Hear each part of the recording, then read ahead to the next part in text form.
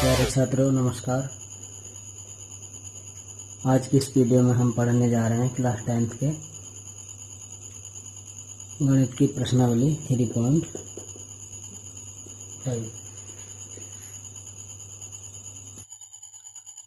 इसे पढ़ने से पहले मैं बता देता हूँ आपको जो हम पहले पढ़ चुके हैं, दो चर वाले रैखिक समीकरण। जैसे ये दिया मैंने a1x plus b1y plus c1 बराबर 0, a2x plus b2y plus c2 बराबर 0। देखिए जब नंबर 1 जब a1 upon a2 not equal to b1 upon b2, तो तब क्या होगा, हमें अद्वितीय हल प्राप्त होगा। तब हमें क्या प्राप्त होगा, अद्वितीय हल प्राप्त होगा। ठीक। नंबर दूसरी बात,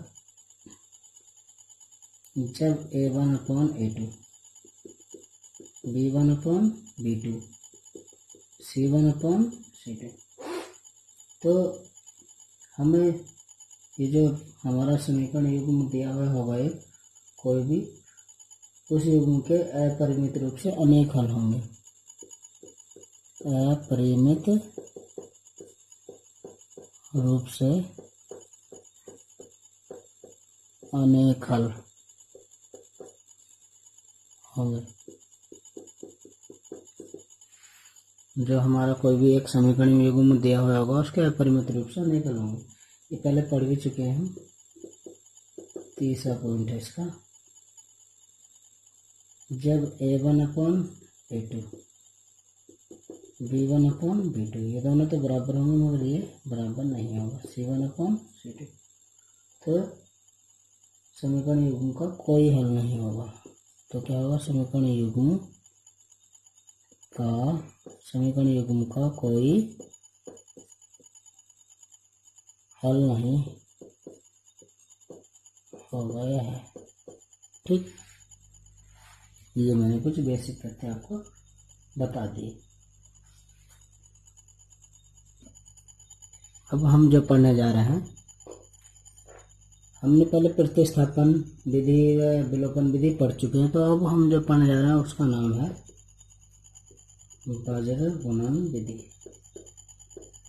बाजर गुणन विधि, बाजर गुणन विधि। देखिए बाजर गुणन विधि क्या थी, बाजर गुणन विधि क्या है। देखिए इसमें हम क्या करते हैं, ये x आपको बता दूं, याद करना तरीका। x लेंगे, फिर y, मैं इसको मिटा देता हूँ, फिर 1। ठीक। अब देखिए इसे याद रखने का तरीका है, x के नीचे x वाले पद नहीं लेंगे ये।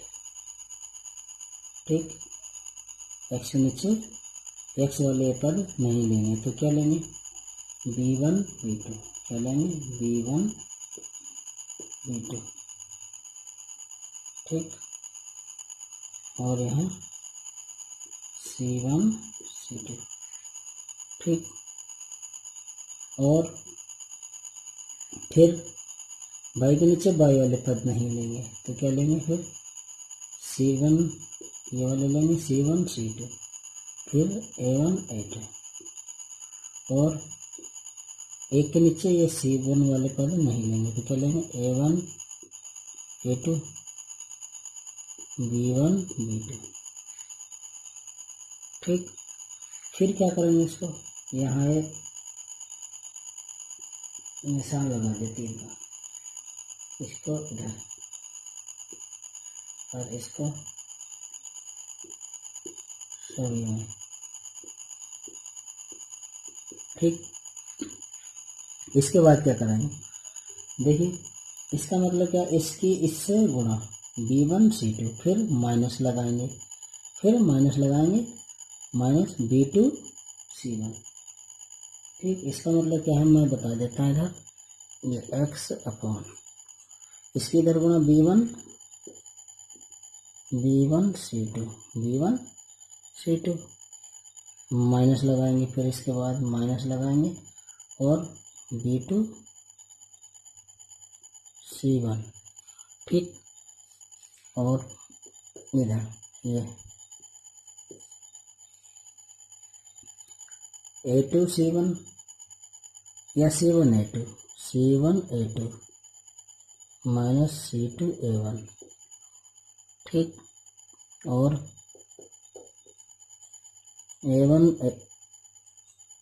a1b2 माइनस a2b1, ये है। तो आप चाहे इसे ऐसे याद रखें चाहे ऐसे याद रखें, परंतु ऐसे याद रखने में सरलता है। क्यों? क्योंकि मैंने क्या बताया है कि x के अगर लेंगे, x का अगर ये ले रहे हैं हम क्रम, तो इसमें क्या है x वाले पद नहीं लेंगे, यानी कि x का जो गुणांक है वो नहीं लिया है। यहाँ जो कोफिशिएंट है इसका a1 a2 नहीं लिया, तो क्या लिया b1 b वाले और c वाले ले लिए। फिर y के नीचे क्या b1 नहीं लेंगे, यानी कि y का जो गुणांक है वो नहीं लेंगे, तो क्या लिया c वाले और a वाले, ठीक। फिर a वाले b वाले ऐसे ले लेंगे, ठीक। तो अब हम इसका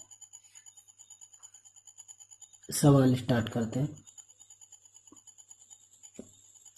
तो प्रश्नावली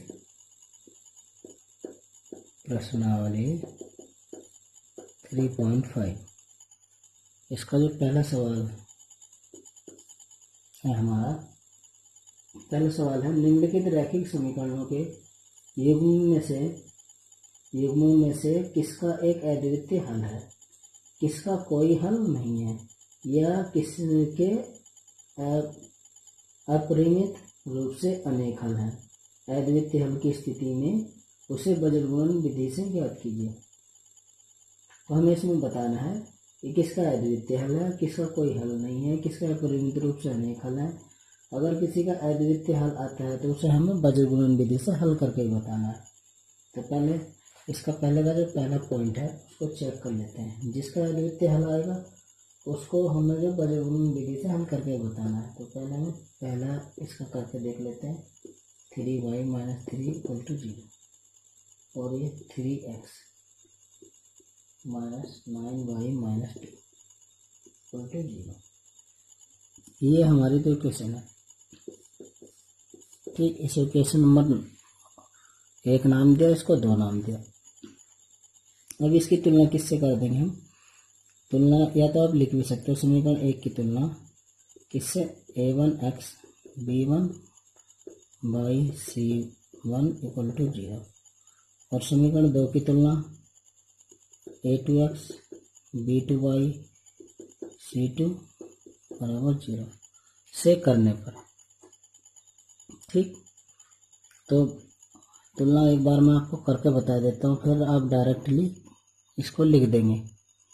देखिए जैसे इसमें a1 पहले जो युग्म की तुलना, युग्म का देखो, पहले जो समीकरण है इसकी ये वाली, इसकी पहले समीकरण की पहले समीकरण से तुलना कर रहे हैं।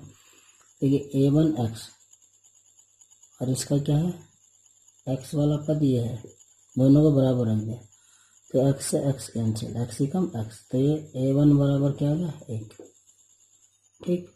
ऐसे हम इसका b1 से निकाल देंगे तो क्या आ जाएगा, b1 है तो इसका b1 है, इसका कौन सा y वाला पद ये -3y, तो y से y कैंसिल, तो b1 बराबर -3, और इसका c1 है, इसके c1 की जगह क्या -3, तो c1 की जगह क्या -3, ठीक। तो वैसे ही हम इसकी अब करके देखते हैं।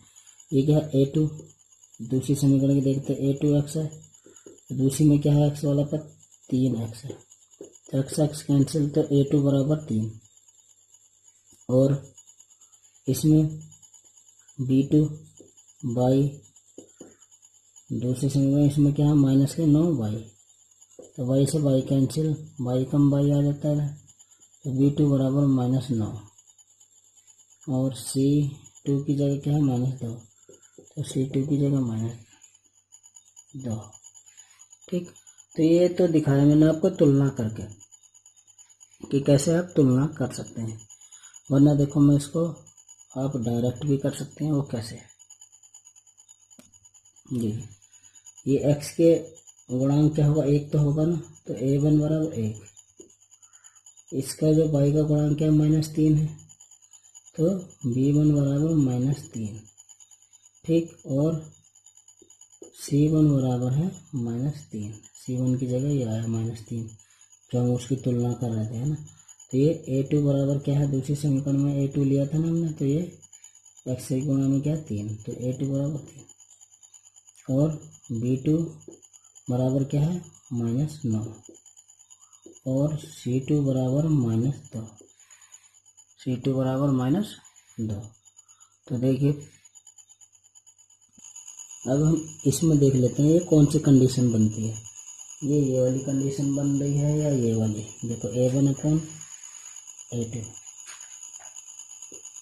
नॉट इक्वल टू b1/b2 कौन सी बनती है। पहली कंडीशन तो ये थी हमारी, इसमें क्या होता है, अद्वितीय हल होता है। अद्वितीय हल होगा तो हम बजट गुणन विधि से इसे हल करेंगे। दूसरी कंडीशन a1/a2 बराबर b1/b2 c1/c2। इसमें क्या होता है, अपरिमित रूप से अनेक हल होंगे, तो इसमें हम बजट गुणन विधि से फिर हल नहीं करेंगे। उसने पहले बताया अद्वितीय हल होगा तो हम उसको हल करेंगे। a1/a2 b1/b2 c1/c2। तो इसमें से कंडीशन तीनों चेक कर लेते हैं कौन सी कंडीशन है। ठीक, तो देखिए a1/a2 यानी कि a1/a2 1/3, b1/b2 तो -3/9, c1/c2 c1/c2। ठीक, तो देखते हैं, और अगर ये कुछ हो जाता है तो 1/3 ये माइनस का 9 है ना, माइनस से तो माइनस कर जाए, 3 और 3 तो 1/3 ये दोनों तो बराबर आ गए। तो अब माइनस से माइनस तो 3/2, तो ये दोनों तो बराबर है, यानी कि a1/a2 हमें क्या पता लग रहा है, ये जो है तो ये तो हमारा बराबर आ गया, यानी क्या a1/a2 और b1/b2 ये क्या है c1/c2। ये बराबर नहीं, ये दोनों तो बराबर है, ये बराबर नहीं है। ठीक, तो कंडीशन कौन सी बनी, ये। और ये क्या होता है, युग्म का कोई हल नहीं है। ये समीकरण युग्म है, इसका कोई हल नहीं है। ठीक है, तो कैसे लिखेंगे, देखो इसका मतलब ये है कि हम इसे बजट गुणन विधि से हल नहीं करेंगे। देखिए, इसलिए हमने क्या लिख दिया, दिए गए समीकरण युग्म का कोई हल नहीं है। अब इसका हम दूसरा पार्ट करके देखते हैं। सवाल नंबर पहले का दूसरा पॉइंट है हमारा 2x + y बराबर 5, 3x + 2y बराबर 8। ठीक, 3x + 2y बराबर 8 ऐसे। तो इसको कैसे लिख सकते हैं हम, इसको ऐसे भी लिख सकते हैं 2x + y - 5 = 0, और इसको 3x 2y - 8 = 0 ऐसे भी लिख सकते हैं। तो अब इसको लिखने के बाद अब हम इससे वैल्यू निकाल सकते हैं, a की a1 b1 c1 इनकी सबकी वैल्यू निकाल सकते हैं। तो देखिए कैसे, तो अब क्या करेंगे, हम इसकी वैल्यू निकाल लेंगे। a1 की वैल्यू क्या है 2, b1 की वैल्यू क्या है 1।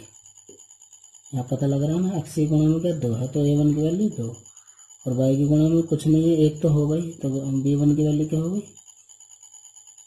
1, और c1 की वैल्यू -5,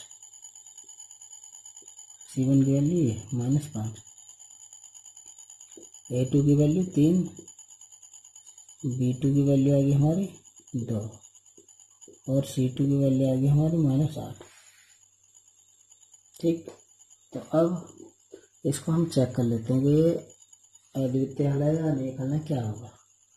तो देखिए 2/3 1 बटा 2, तो ये शुरू में ही बराबर नहीं आ रहा, शुरू में जो इसका बराबर नहीं आ रहा। तो देखो चूंकि A1/A2 not equal to B1/B2, क्यों देखो इधर 2/3 और 1/2 बराबर होगा नहीं होगा, तो यानी कि A1/A2 not equal to B1/B2। तो इसका क्या है, इस समीकरण युग्म का क्या होगा, फिर अद्वितीय हल होगा। तो लिख देंगे इसलिए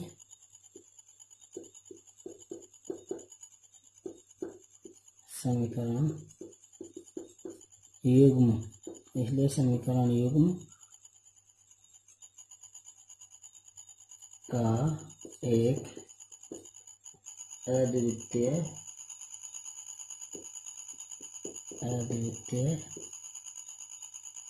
हल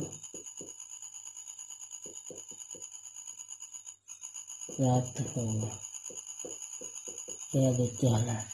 ठीक, तो ये समीकरण युग्म का एक अद्वितीय हल है। तो अब इसको क्या करेंगे, हम बज्रगुणन विधि से हल करेंगे। ठीक, और देखिए आगे, तो बज्रगुणन विधि से हम इसको हल कर रहे हैं। तो देखो कैसे करेंगे, मैंने बताया था एक्स के फॉर्म में क्या लेने थे, देखो एक्स वाले पद नहीं लेने थे, ये A1/A2 नहीं लेना था, ठीक है, लेना था B1/B2, तो यानी 1 2 ऐसे ले लें डायरेक्ट में, और C1/C2, तो ये क्या -5 -8 ऐसे ले लें, ये मैं आपको बता दिया पहले। तो ये बाई के नीचे क्या लेना था, बाई के नीचे B वाले या नहीं लेने थे, तो क्या लेना था ये, ठीक, बाई के नीचे B वाले नहीं लेने थे, तो क्या लेने थे C वाले और फिर A वाले। ठीक है, मैं पहले इधर आपको लिख देता हूँ जिससे आपको कोई कंफ्यूजन ना हो। ये ऐसे,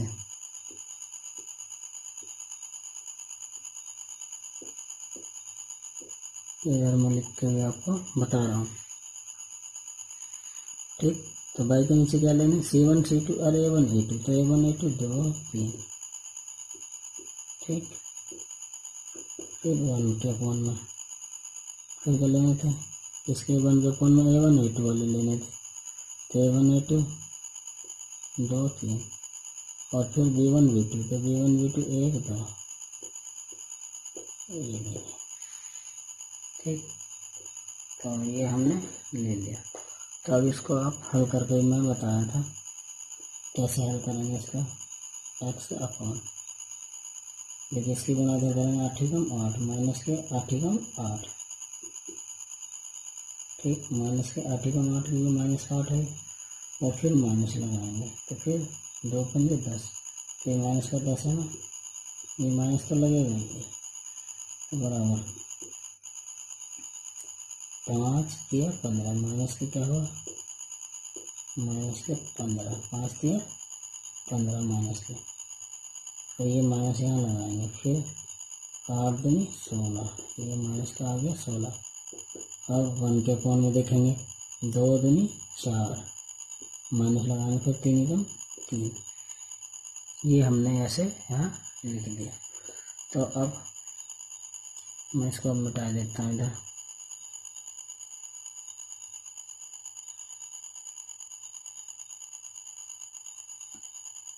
तो इसमें क्या किया देखिए, तो ये हमारा एक्स अपॉन, देखिए ये -8 है, माइनस ने इसने अंदर गुणा किया, तो ये हो गया +10, ये वाई है, ये -15 है, और ये माइनस अंदर गुणा किया इससे, तो ये प्लस का 16 आ गया, और ये 4 में से 3 गया तो 1 बचा, ठीक, तो ये हो गया एक्स अपॉन, 10 में से 8 चलेगा माइनस के, तो प्लस के 2 बच गया, ठीक, और ये 16 में से 15 चला गया तो प्लस का 1 बचा, और 1/1। तो देखिए अब मुझे अगर x की वैल्यू निकालनी है, तो x की वैल्यू के लिए इसको बराबर रखें, y की निकालनी तो भी इसको बराबर रखेंगे, तो x/2 बराबर 1/1। ठीक, तो ये हो गया x कम x और 2 कम 2, कैची गुणा कर दिया ऐसे आप कहेंगे, तो x का वैल्यू आ गया 2। और अगर हम y की वैल्यू लेंगे, y की वैल्यू निकालने के लिए भी हम इसको ही साथ में लेंगे 1/1, यानी y कम y और 1 कम 1, तो ये y की वैल्यू आ गई 1। तो ऐसे हमने ये बज्रगुण विधि से हल कर दिया। अब हम इसका एक और सवाल लेते हैं जिससे आपको अच्छे तरीके से समझ में आ जाए। पहले का तीसरा पॉइंट है,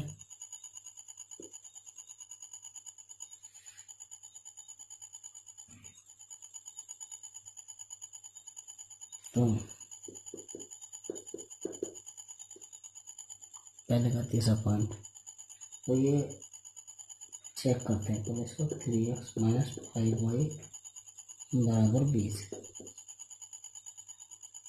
6x - 10y बराबर 40, ये है। तो पहले हम इसको यहाँ ऐसे सही फॉर्म में कर लेते हैं, ये -20 बराबर 0 और इसको 6x - 10y - 40 बराबर 0।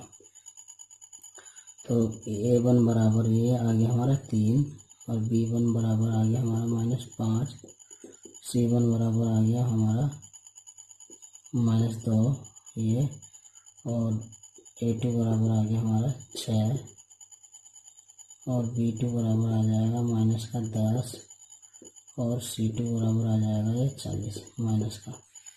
तो अब हम इसमें ये देख लेते हैं, अगर इसका एक अद्वितीय हल होगा इस समीकरण युग्म का, तो हम इसे बज्रगुण विधि से हल करेंगे, वरना नहीं करेंगे। तो देखिए, क्योंकि क्वेश्चन में ऐसा बोला गया है, तो देखिए a1/a2, a1/a2, b1/b2, a1/a2, b1/b2। देख लेते हैं कौन सी कंडीशन है, c1/c2। कंडीशन कौन सी है, 3/6 बराबर -5/2, 5/10 सॉरी। तो अब ये -2/40, तो 3 × 3 दूनी 6, 1/2, 5 × 5 दूनी 10, 1/2 और ये 2 × 2 2 दूनी 4, तो ये 1/20। ठीक, तो अब इसमें देख लेते हैं क्या बना। या आप रख के इधर साइड में क्या करके देख सकते हैं, या पहले आप अंदाजा यहाँ लगा सकते हैं कि ये बराबर है या नहीं, तो उस हिसाब से आप पहले भी लिख सकते हैं। देखिए कोई यहाँ मिस्टेक तो नहीं हुई।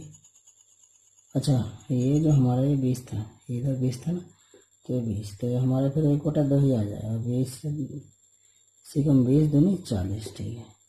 तो 1/2 तीनों बराबर आ गई, ठीक है, तीनों को बराबर आ गया, ये कंडीशन हमारी फॉलो हो गई। तो इसमें क्या है, इस कंडीशन में मैंने क्या बताया था आपको, पहले ये तीनों कंडीशन लिखाई है। तो इस कंडीशन में कहा है ये अपरिमित रूप से अनेक हल होंगे, इसके लिए हमें अपरिमित रूप से अनेक हल होंगे। तो लिख देंगे ये बात, समीकरण युग्म के अपरिमित रूप से अनेक हल होंगे। समीकरण युग्म के अपरिमित रूप से अनेक हल होंगे, अनेक हल होंगे, अपरिमित रूप से अनेक हल होंगे। तो देखिए, जब अपरिमित रूप से अनेक हल होंगे तो उसको हम बज्रगुण विधि से नहीं करेंगे, सवाल में पहले बोला गया है। तो अब हम इससे आगे का सवाल देखते हैं। सवाल नंबर पहले का 4th पॉइंट है हमारा, 4th पार्ट है। देखिए इसमें क्या है, a1 बराबर 1, b1 बराबर -3, c1 बराबर -7 और a2 बराबर 3 और b2 बराबर -3 और c2 बराबर -15।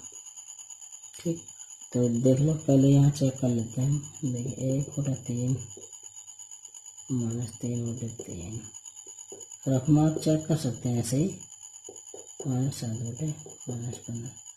तो 1/3 और ये कितना हमारा 1। तो ये कैसे बराबर है, सभी कंडीशन बराबर नहीं हो रही, तो चूंकि यहाँ लिख देंगे चूंकि A1 A2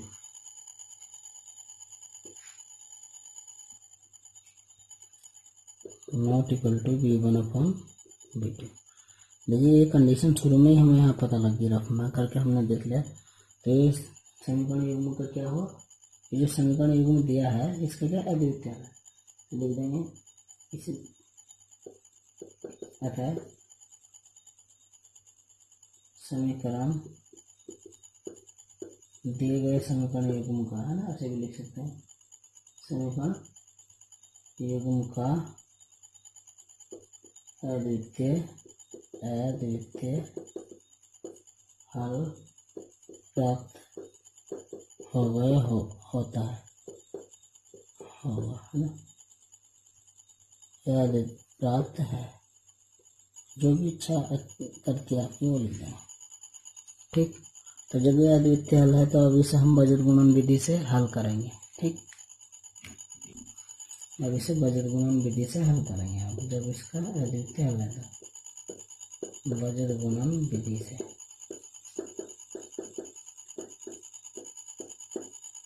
ठीक, तो बजट गुणन विधि क्या बताई थी मैंने, ये x के अपन में क्या था,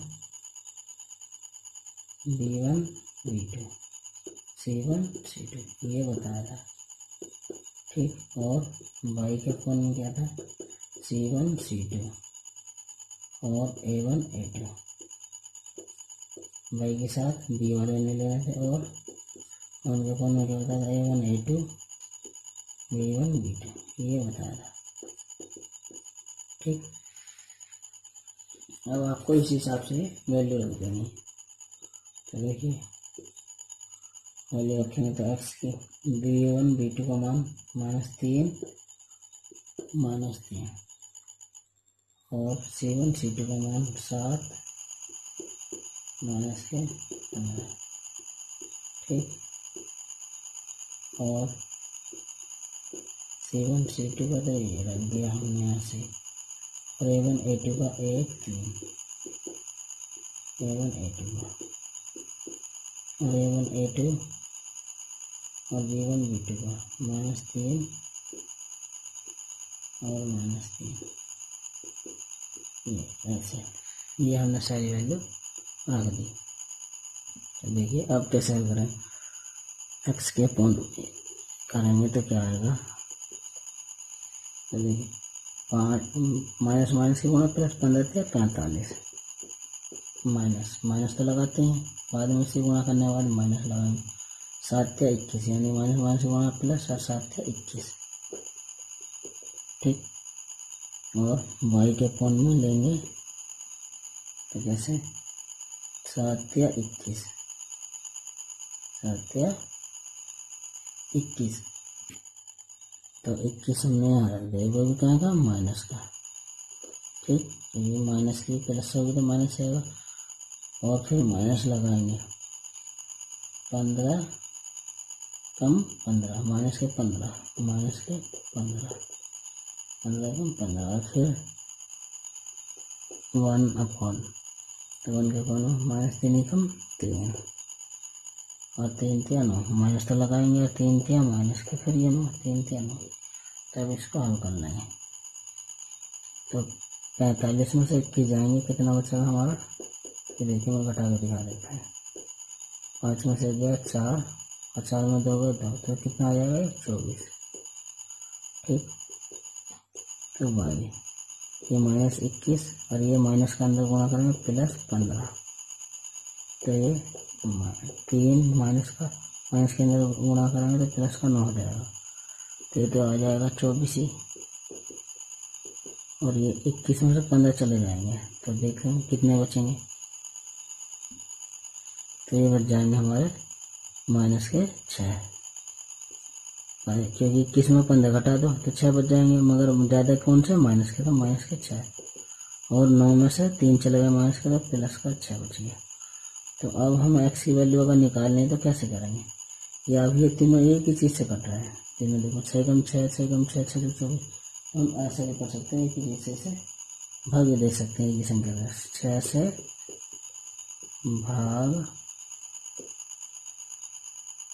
देने पर आपकी 6 ऐसे भी कर सकते हैं, तो 6 चौक 24 और 6 कम 6 और 6 कम 6, ठीक। तो अब हम x की वैल्यू निकाल लेंगे यहाँ से, तो x की वैल्यू के लिए हम क्या करेंगे, इसको लेंगे साथ में 1/1, ठीक। तो x कम x कम x और 4 कम 4, तो x की वैल्यू आ गई हमारी 4, ठीक। तो y की वैल्यू के लिए भी हम क्या करेंगे, और ये y था, y है ये, ठीक।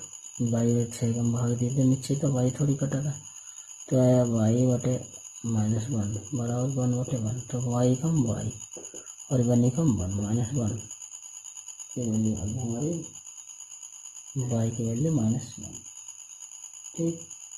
तो ये समीकरण युग्मों के हल हो गया, ठीक है। तो अब इसके जो सवाल है इस टाइप के आप कर सकते हैं। आज की वीडियो में इतना ही, आगे के जो सवाल है हम अगली वीडियो में करेंगे। धन्यवाद।